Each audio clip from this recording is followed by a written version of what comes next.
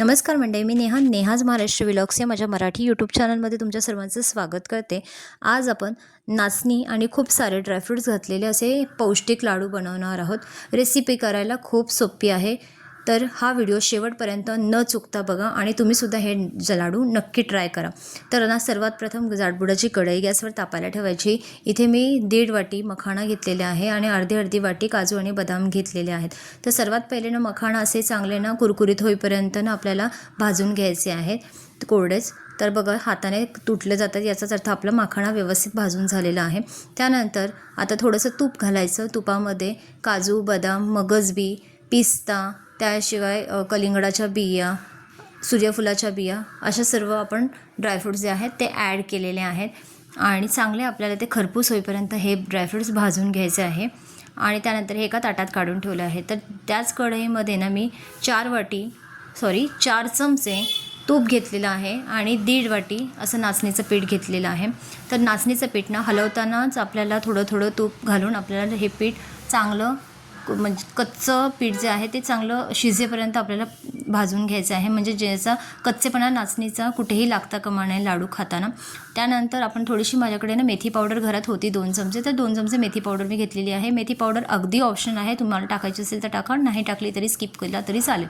त्यानंतर नाचणीच्या पिठामध्येच मी मेथी पावडर पण भाजून घेतली आहे।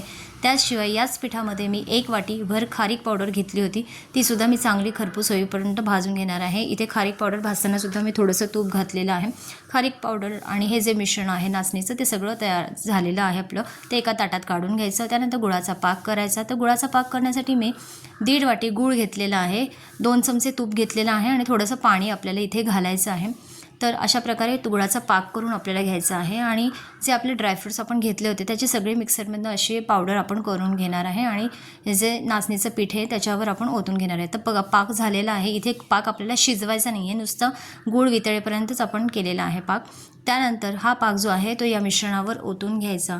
त्याच्यामध्ये सुंठ पावडर, वेलची पावडर तुम्ही तुमच्या इच्छेप्रमाणे इथे ॲड करू शकता। तर मी इथे वेलची पावडर घातलेली होती, तर माझा तो व्हिडिओ जो आहे ना तो स्किप झाला आहे करण्याचा। त्यानंतर ना हे सगळं मिश्रण ना चमच्याने हलवून घ्यायचं, कारण गुळाचा पाक केलेला आहे तो खूप अतिशय गरम असतो, हात भाजण्याची शक्यता असते। तर अशा प्रकारे ना आपण हे सगळं मिश्रण जे आहे ना ते व्यवस्थितपणे हलवून घेऊयात, एकजीव करून घेऊयात आणि मग याचे लाडू वळायला सुरुवात करू। तर अशा प्रकारे हा सुंदर लाडू आपला वळवून झाला आहे पहिला। असेच मी बाकीचे लाडूसुद्धा वळवून घेते। तर ही आजची लाडूची रेसिपी तुम्हाला कशी वाटली मला नक्की कमेंट करून सांगा।